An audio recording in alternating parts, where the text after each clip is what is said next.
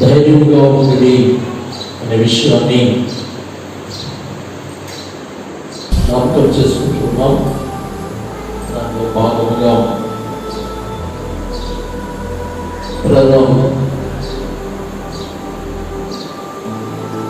యేసు నామములో యేసు క్రీస్తు అంటే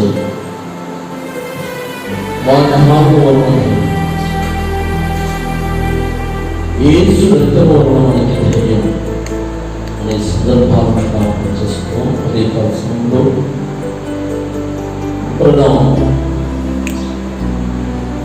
దేవుడి యొక్క లేఖన భాగంలో నుండి మనము మనస్సాక్షి మంచి మనస్సాక్షిగా మన హృదయాలకి ధైర్యం కలిగి ఉందని 4 సందర్భాలు. యేసు నామములో మనకు ధైర్యం. రెండవదిగా యేసు క్రీస్తున్నటువంటి వాగ్దానంలో ధైర్యం. మూడవది యేసు రక్తములో ధైర్యం. నాలుగవది మంచి మనస్సాక్షిగా ధైర్యం. ఐదవదిగా కృతజ్ఞతాస్తుతులు చెల్లించుట ద్వారా మనకి ధైర్యం. అపోస్తలుల కార్యముల గ్రంథం 28వ అధ్యాయము 17వ వచనములో ఒకసారి జ్ఞాపకం చేసుకున్నాం.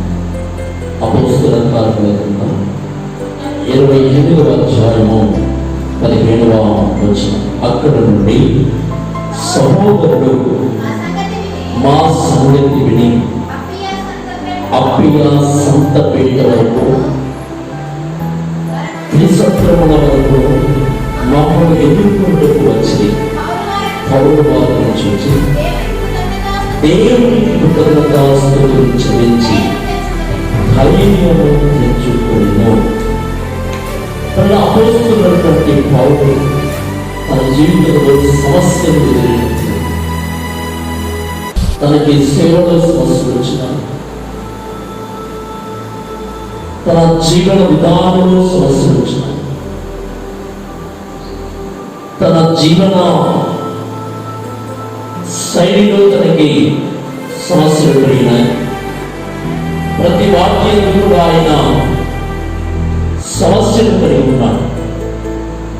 ఆ సమస్యలో ఆయనతో దేవుడు ఏమి జ్ఞాపకం చేస్తున్నాడు అంటే, కృతజ్ఞతాస్తుతులు చెల్లించడం ద్వారా దేవుని యొక్క సన్నిధిలో ఆయన ధైర్యమును కలిగి ఉన్నట్లుగా దేవుని యొక్క లేఖన భాగాలను మనం జ్ఞాపకం చేసుకుంటున్నాం. ధైర్యము కలిగి ద్వారా అంటే మనుషుడు కృతజ్ఞతలు చెల్లించడం ద్వారా ధైర్యం ఎట్లా వస్తుంది? ఇప్పుడు మనం కృతజ్ఞత ఎందుకు చెల్లిస్తాం?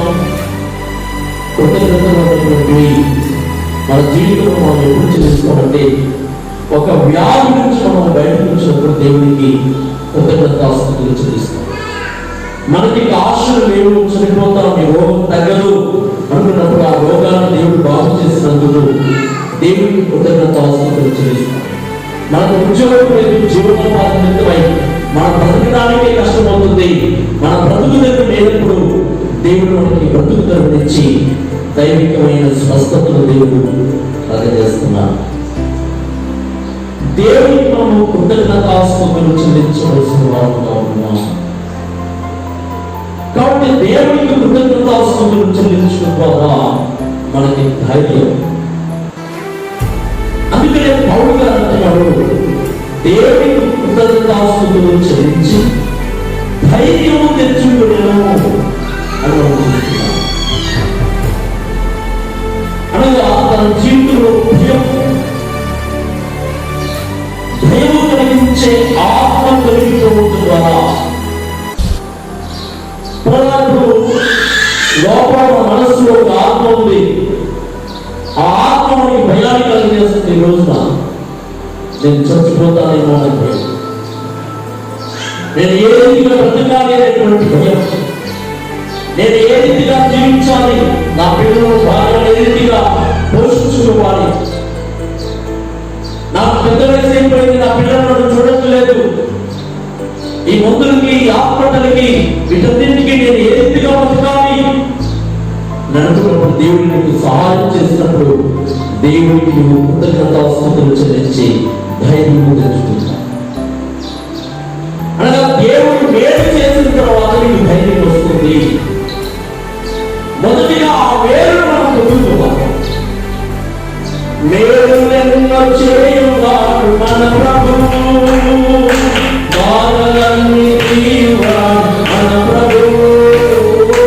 మేలులెన్నో చేయువాడు మన ప్రభువు, బాధలన్నీ తీయువాడు మన ప్రభువు. ఈనాటి ఈ ప్రభువు మరి లేరు ఈ భూమిలో. ఈనాటి ఈ ప్రభువు మరి లేరు ఈ భూమిలో. హల్లెలూయా హల్లెలూయా హల్లెలూయా హల్లెలూయా. ప్రభు యేసుని స్తుతించెదం, అనుదినము ఘనపరచెదం. ప్రభు యేసుని స్తుతించెదం, అనుదినము ఘనపరచెదం. కీర్తనలు పాడి చప్పట్లు కొట్టి, కీర్తనలు పాడి చప్పట్లు కొట్టి సంతోషముగా ఉండేదం, సంతోషముగా ఉండేదం. హల్లెలూయా హల్లెలూయా హల్లెలూయా హల్లెలూయా హల్లెలూయా హల్లెలూయా హల్లెలూయా హల్లెలూయా. ప్రభు యేసు స్తుతించెదం, అనుదినము ఘనపరచెదం. హల్లెలూయా. భయము కలిగించే ఆత్మ మనుషులో భయం, ఈ భయం ద్వారానే మనుషులు చాలా రీతిగా కృంగిపోతున్నారు. నేనేమైపోతాను అనేటువంటి భయం, నేను ఏ రీతిగా జీవించాను అనేటువంటి భయం, నా కష్టాలు ఏ రీతిగా చేరతాయి అనేటువంటి భయం. భక్తులు కృతజ్ఞతాస్తుతులు చెల్లించుకోవాలని నిర్వహిస్తున్నట్టు భయం కలిగించే ఆత్మ తొలగిపోవడం ద్వారా మన అంతరంగంలో, అంటే హృదయం అంతరంగంలో ఒక నూతన ధైర్యం కలుగుతుంది. భయము కలిగించే ఆత్మ మొదటిగా మనలో వచ్చి పారిపోవాలి. మనల్ని పిరికితనం కలిగేస్తుంది కదా, మనలో పిరికితనపు ఆత్మను కలిగేస్తున్నటువంటి దురాత్మ, మనలో పిరికితనపు ఆత్మను కలిగిస్తున్నటువంటి ఈ దురాత్మ మనలో నుంచి ఈ భయం కలిగించే ఆత్మ తొలగిపోతే మన అంతరంగంలో దేవుడు నూతన ధైర్యం పుట్టిస్తాం. దేవుడికి స్తోత్రం కలుగుతాం. ఈరోజు మనందరూ ధైర్యం జీవిస్తున్నాం, ధైర్యం లేకుండా జీవిస్తున్నాం, అధైర్యంతో జీవిస్తున్నాం, ధైర్యం లేకుండా బ్రతుకుతున్న పరిస్థితుల్లో ఉంటున్నాం. అందుకనే పౌలు గారు అంటున్నారు కదా, 28వ అధ్యాయం 31వ వచనంలో, అపొస్తలుల కార్యాల గ్రంథం 28వ అధ్యాయం 31వ వచనం, ఏ ఆటంకము లేక పూర్ణ ధైర్యంతో దేవుని రాజ్యమును గూర్చి ప్రకటించుచు ప్రభువైన యేసు క్రీస్తును గూర్చిన సంగతులు బోధించుచు ఉండెను. ఏ ఆటంకము లేక, అంటే మన ధైర్యం ఎప్పుడు వస్తుందంటే ఆటంకాలు కలిగినప్పుడు, మన సేవలో ఆటంకం, మన బిజినెస్ లో ఆటంకం, మన కుటుంబంలో ఆటంకాలు. ఈ ఆటంకాలు ఎప్పుడైతే కలుగుతాయో మనము అనేకమైన అధైర్యం మన జీవితంలో వచ్చిపోతుంది. కాబట్టి ఆ యొక్క ధైర్యం మనం చెప్పుకోక ఆటంకం లేకపోతే దేవుడు దేవుని రాజ్యముల గురించి ప్రకటించవచ్చు, దేవుని రాజ్యముల గురించి ప్రకటించవచ్చు, స్వార్థం ప్రకటించుతా. ఈ స్వార్థం ప్రకటించేటప్పుడు దానికి అనేకమైనటువంటి అవరోధాలు పౌలు గారికి ఎదురై రాముడు పుట్టారు. సముద్ర సముద్రంలో ప్రవేశించారు. సముద్రంలో ప్రవేశిస్తే పిల్లల ఓడ పగిలి ఒక దినంతా సముద్రంలోనే ఉన్నాడు. సముద్రంలో దాంట్లో దిగితేనే మధ్యలోనే గుడాసిపోతారు. ఇప్పుడు మనకి ఆ గోదావరి మీద నుంచి కొంతమంది దూకుతుంటారు. పిల్లలు దూకినప్పుడు వాళ్ళు గోదావరికి నీళ్ళలో పడితే ఆ బ్రిడ్జికి మధ్యలో గాలికి వాళ్ళు సరిపోతారు. కింద దాకా నీళ్ళు పడాల్సిన అవసరం. ఈ మధ్యలో వాళ్ళ గాలి ఆత్మ పిల్లలు దాన్ని కలిసిపోయింది. కాబట్టి దేవునికి పౌరు గారికి అలాంటి పరిస్థితులు ఏదైతే దేవుని హింసలైన దేవుని స్వార్థను ప్రకటిస్తున్నప్పుడు, దేవుని రాజ్యాన్ని ప్రకటిస్తున్నప్పుడు మనకు అదే కొంతమందికి ఏమవసరం సాక్ష్యం చెప్పాలంటే మనం వాక్యం ధైర్యంగా చెప్పగలుగుతాం, ప్రార్థన చేస్తాం. కొంతమందికి ప్రార్థన చేయాలంటే నలుగురు ప్రజలకి సాక్ష్యాన్ని చెప్పాలంటే ఆ సాక్ష్యం చెబుతుండగా మనకి ఏం చేస్తుంది? ధైర్యం సరిపోతుంది. దేవుడికి మనం ఏం చెల్లించాలంటే కృతజ్ఞతాస్తుతులు. పౌలు గారు తన పరిచర్యలో తనకి అనేకమైన ఆటంకాలు కలిగినాయి. దేవుని సేవలో అనేకమైన హింసలు పౌలు గారు పెట్టారు. తను స్వార్థను ప్రకటిస్తుంటే వాక్య పరిచర్యను చేయటానికి ధైర్యం ఎట్లా తెచ్చుకున్నాడంటే రాజుల ఎదుట నిలబడటానికి, అక్కడ ఉన్న ప్రజల ఎదుట నిలబడటానికి ఆయన దేవుడికి కృతజ్ఞతాస్తుతులు చెల్లించు ప్రతి దాంట్లో ముందుకు సాగిపోయాడు. దేవుడికి స్తోత్రం కలుగుగాక. హల్లెలూయా. ప్రతి చోట ప్రభువా నాటు ఆత్మాభిషేకం నిన్ను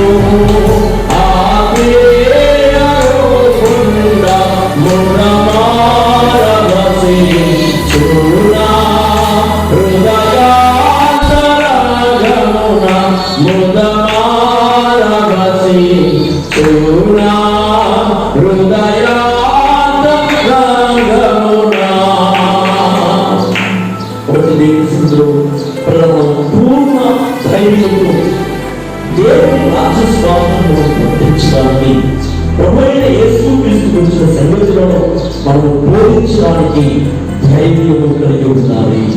వాక్యం చెప్పడానికి ధైర్యం కావాలి, సాక్ష్యం చెప్పడానికి ధైర్యం కావాలి, ప్రార్థన చేయడానికి ధైర్యం కావాలి, సమస్యను ఎదుర్కోవడానికి ధైర్యం కావాలి. మన జీవితంలో కూడా ఎన్నో సమస్యలు వస్తాయి. ఆ సమస్యలో మనము భయపడకూడదు. ధైర్యం కలిగి మనము ముందుకి సాగుతుందా. ఇశ్రాయేలు ప్రజలు వారి ధైర్యం ఏమిటంటే ఎన్నో కోటలు వచ్చేది. యెషయా గ్రంథం, యెహోషువ గ్రంథం 6వ అధ్యాయం 20వ వచనం.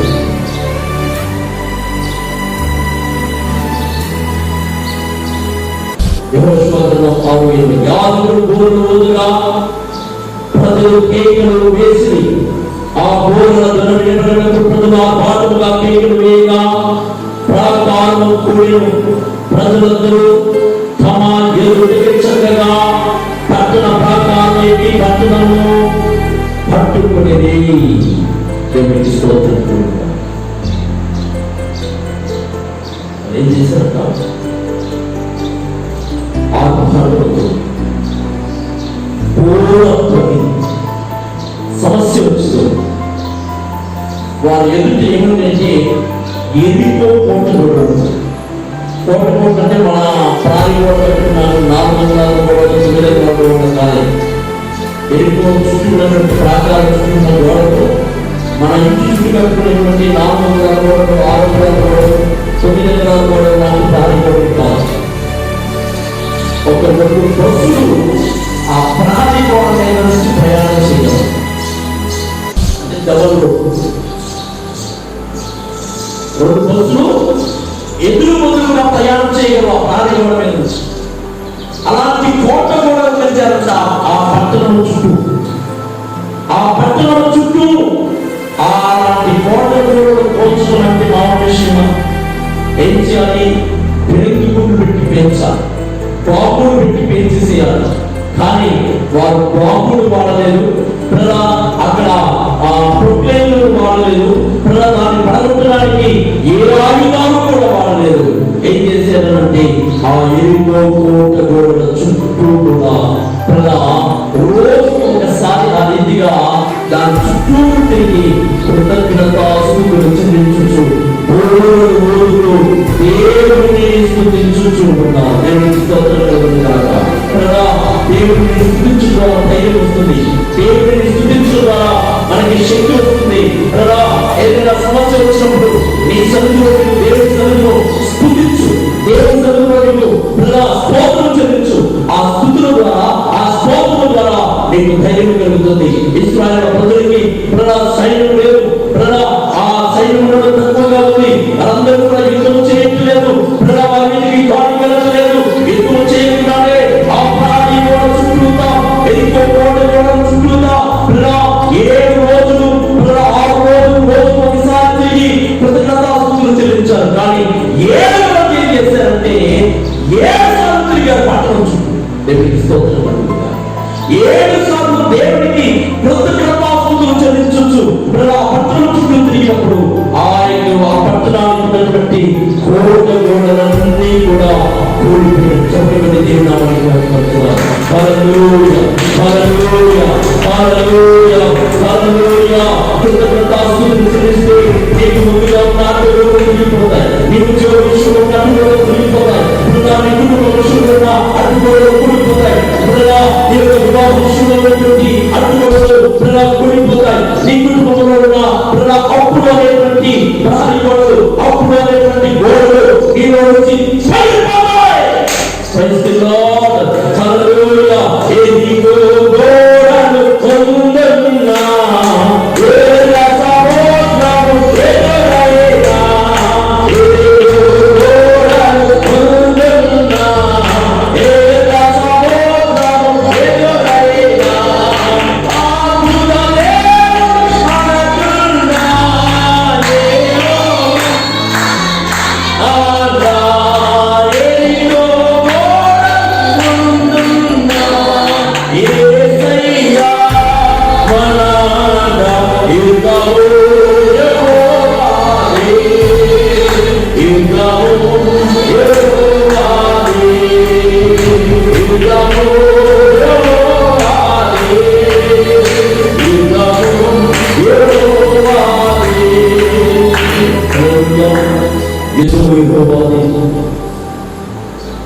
ఎరికో గోడలు ముందున్నా ఎర్ర సముద్రం ఎదురైనా ప్రజాభక్తులు ఏం చేస్తారంటే దేవుడిని స్తుతించారు.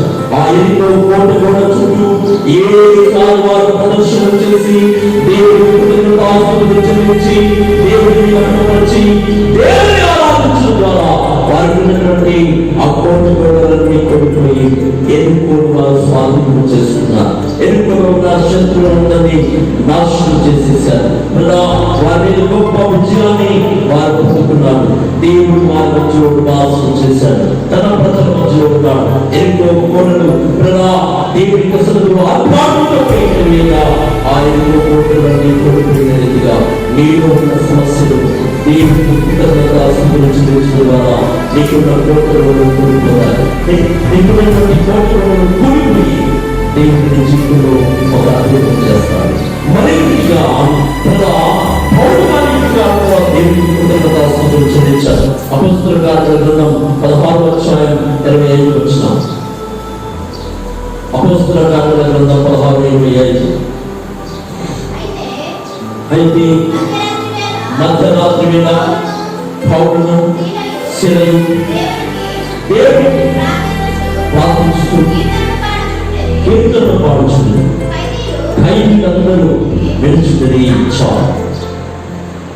దేవుడి మధ్యరాత్రి వేళ ఎప్పుడంటే మధ్యరాత్రి వేళ పౌలు శిల వీళ్ళని శిరస్సాలో వేశారు, జైలు వేశారు. ఎందుకంటే భూతోము అనేటువంటి ఒక దయ్యాన్ని వదిలిపెట్టారు. ఆ దయ్యాన్ని వదిలిపెట్టడం ద్వారా వారి యొక్క గ్రామాలకి ఆ ద్వారా వచ్చేటువంటి ఆదాయం అనేటువంటి పడిపోయింది.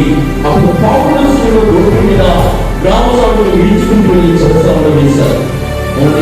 ఏదైనా దొంగతనం చేస్తే చెరసాలలో వేయాలి, ఏదైనా నాశనం చేస్తే చెరసాలలో వేయాలి. దయ్యం వదలగొట్టేందుకు ఎవరైనా చెరసాలలో వేస్తారు? పౌలు గారు దయ్యం వదలగొట్టేందుకు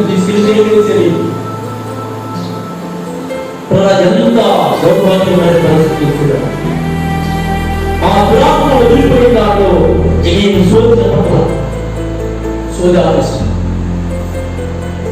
అప్పుడు పేతురు గారు, పౌలు గారు, అదేవిధంగా శిల, వీరు ఇరువురు కూడా ఏం చేస్తున్నారంటే ప్రభువుని స్తుతిస్తున్నారు. ఎక్కడ తెలుసా?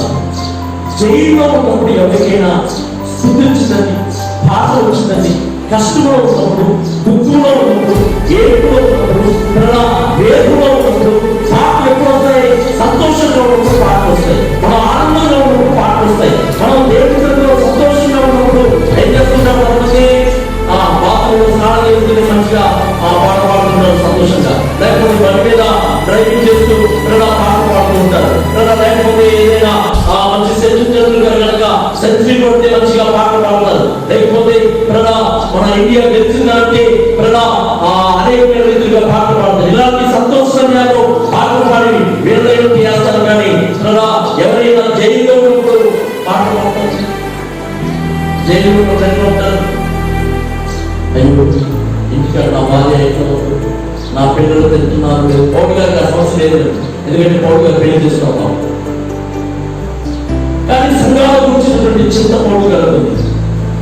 ఆయన నమ్ముకున్నటువంటి సంఘాలు ఉన్నాయి. గలతీ సంఘం, రోమా, ఇవన్నీ పత్రికలను గలతీ సంఘం, ఇదన్నింటినీ కూడా పౌరు గారి గారికి వచ్చారు. ఏం తెలుసు, ఇలాంటి ఇక్కడ ప్రాంతాల్లో ఆయన సంఘాలు కనుక్కుంటూ వెళ్ళాడు. అయితే ఆయన దైవ సేవకుడుగా సంఘాల గురించినటువంటి చింత పౌరు గారు ఉంది. కానీ ఆయన జలసాలలో వేసినటువంటి చింతించుతున్నారు. కష్టాల్లో, బాధలో నేర్చేయాలని దేవుడిని స్తుతించాలి.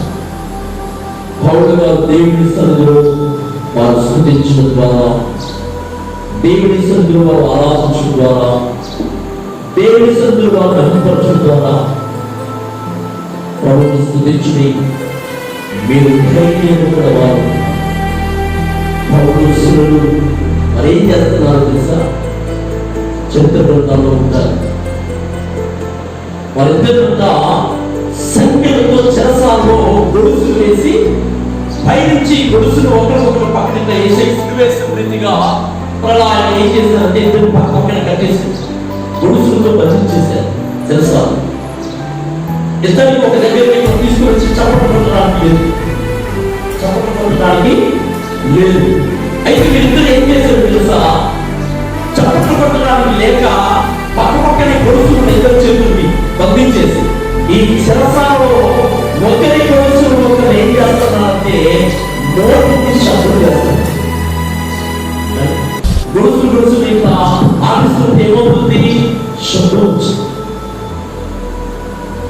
మనమేంటి పాట పాడేటప్పుడు చెప్పడం పడుతున్నామా అంటే గతం చూసినట్టుగా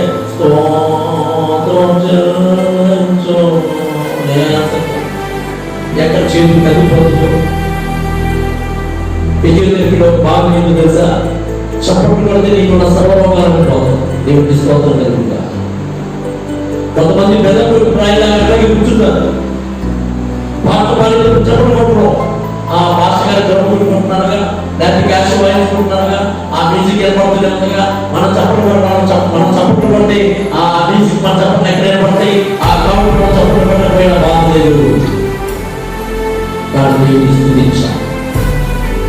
చప్పట్లు కొట్ట, నువ్వు చప్పట్లు పడకపోతే సముద్రాలు ఘోష దేవుడికి వినపడుతుంది.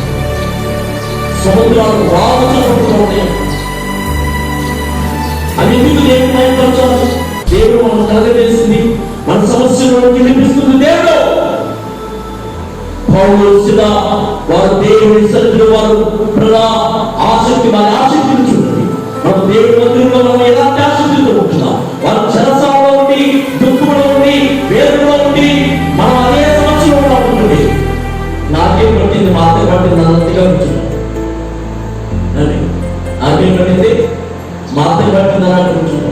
లేకపోతే ఏదైనా ఏదో ₹1,00,00,000 ₹1,00,000 పోగొట్టుకుంటుండగా దిగాగా ఉంటుంటాం. దిగుడు పడితే నీవు ధైర్యంగా ఉంటాడు. ఏం చేయాలో తెలుసా? దేవుడిని నువ్వు కృతజ్ఞతాస్తుతులు చెల్లించడం ద్వారా నీ సమస్యలు, నీ ఇరుకులు,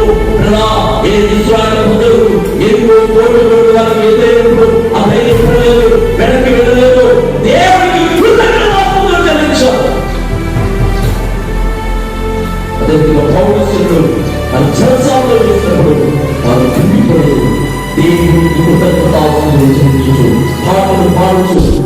ఆరాధించి దేవుని స్తుతించారు.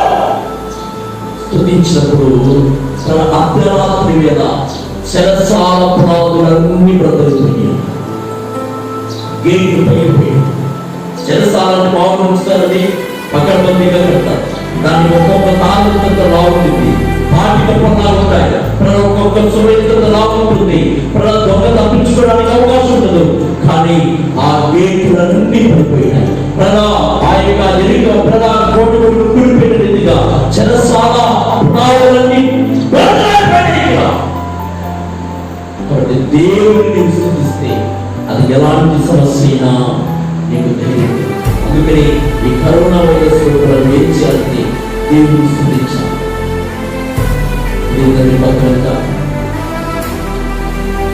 స్తుతిస్తే సాతాను పారిపోయిందంట. అట్లాగే స్తోత్రం తెలిస్తే కరోనా పారిపోవా. దేవుడి స్తోత్రం కలుగుతుందా?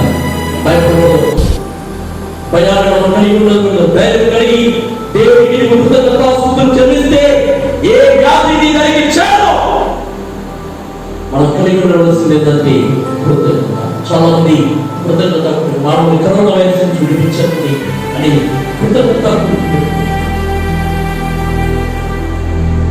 ఎందుకు తెలుసా? దేవుడికి కృతజ్ఞతాస్తుతులు చెల్లించుకున్నారు. ప్రజా దేవుడి సన్నిధిలో మనం ముందుకి సాగగలుగుతాం. మన జీవితంలో ప్రజా ఏదైనా సాధించగలుగుతాం. దేవుడికి స్తోత్రం చెల్లించడం ద్వారా మనం ధైర్యాన్ని కలిగి ఉంటాం. చివరికి ఒక విషయాన్ని నేను ముగిస్తాను. చూడండి, అపోస్తల కార్యాల గ్రంథం 4:11. అపోస్తల కార్యాల గ్రంథం 4:11. వారి పేతురు యోహాను ధైర్యంలో చూసినప్పుడు వారి విద్యలైన పాపలను గ్రహించి ఆశ్చర్యపడి వారి యేసుతో కూడా ఉండిన వారిని పేతురులో ధైర్యంలో చూసినప్పుడు వారి విద్యలేని పాపలను వారు చూశారు. దేవుని స్వార్థ ప్రకటించడానికి, దేవుని స్తుతించడానికి కావాల్సింది ఏంటంటే వారి విద్య లేని పాపలు అని రాయదు. కొంతమందికి పాట చదువు రాదు కానీ పాట పాడదు. చదువు రాదు కానీ పాట పాడతారు.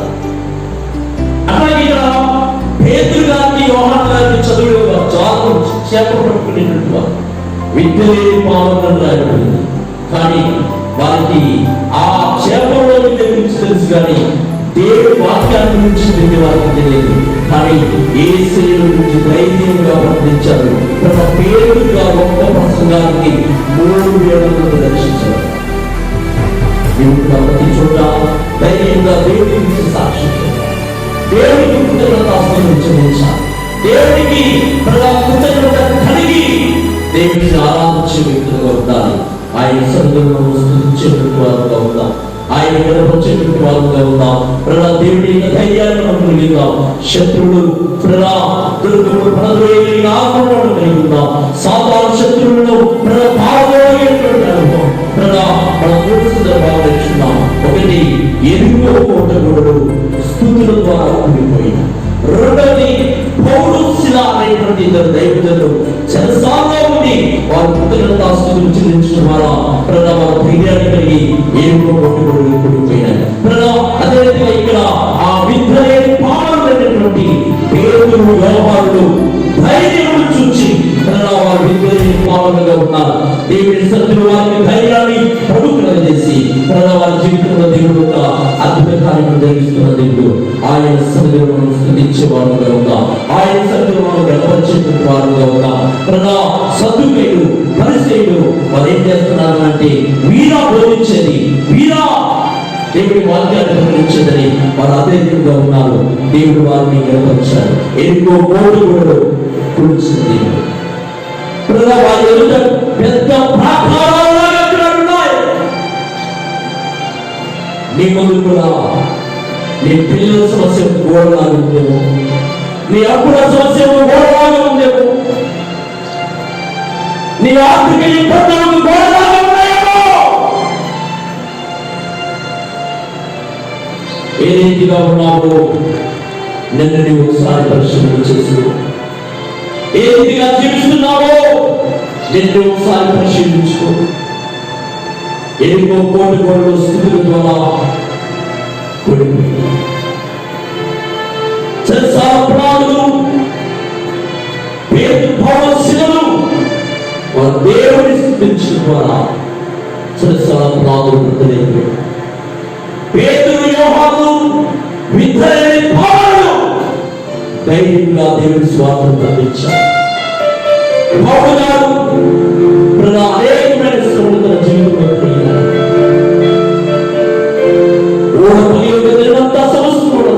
ఒక దినమంతా సముద్రంలో ఉన్నాడు. అనేకమైన శ్రమలను అనుభవించాడు. కానీ పౌలు గారు ధైర్యంగా దేవుని స్వార్థంలో సాగాడు. ఈ రోజు కూడా పౌలు గారి కలిగిన ధైర్యం ఏమిటంటే దేవునికి కృతజ్ఞతాస్తుతులు చెల్లించడం వల్ల ధైర్యం. దేవుడు కూడా దేవుని ఎప్పుడు స్తుతిస్తుంటూ, దేవుని హృదయంలో ఎప్పుడు విలపిస్తుంటూ, దేవుని సన్నిధిలో ఎప్పుడు ఆరాధిస్తుంటూ ఈ జీవితంలో ధైర్యం, అలాంటి ధైర్యం మాత్రం జీవితంలో కలిగిస్తుంది. ఇతరుల వాక్యవాదులుగా ఒకరిప్పుడు దయచేసి ఎన్నో కోటలను కూల్చివేసి చెరసాల ప్రాంతం బద్దలు చేసి మా సేవలో మా జీవితంలో వస్తున్న అడ్డులాంటి నుంచి తొలగించి, మా కుటుంబంలో వస్తున్న సమస్యల నుంచి మమ్మల్ని తొలగించి, మమ్మల్ని ధైర్యపరిచి మా జీవితంలో గొప్ప కార్యం దయచేసి ఇతరుల వాక్యం మా హృదయాల్లో తెలియజేసి శత్రువును పడదొడగలిగినటువంటి దుర్గాన్ని మా జీవితాల్లో కలిగేది ఇతరుల వాక్యం ఫలించబడిపరిచి సాక్షులుగా వాడుకుంటూ యేసు నామములో వేడుకుంటున్నాము.